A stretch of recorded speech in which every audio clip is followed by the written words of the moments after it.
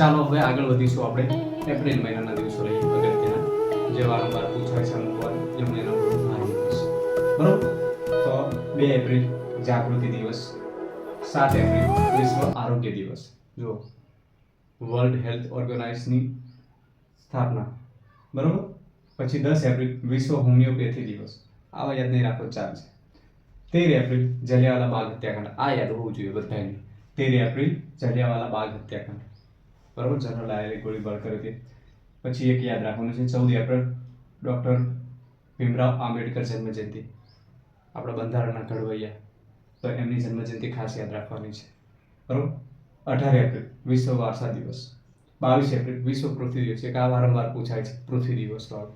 બરોબર, તો યાદ રાખવાનું છે વિશ્વ પૃથ્વી દિવસ 22 એપ્રિલ. 23 એપ્રિલ વિશ્વ પુસ્તક દિવસ, અને 25 એપ્રિલ વિશ્વ મેલેરિયા દિવસ. આ કદાચ પૂછેલું છે એકાદ વાર. તો વિશ્વ મેલેરિયા દિવસ ક્યારે? 25 એપ્રિલ. તો ખાસ કરીને આ યાદ રાખવાનું છે. હવે આગળનો મહિનો લઈશું આપણે. બરાબર, ચાલો જોઈએ આગળનો મહિનો.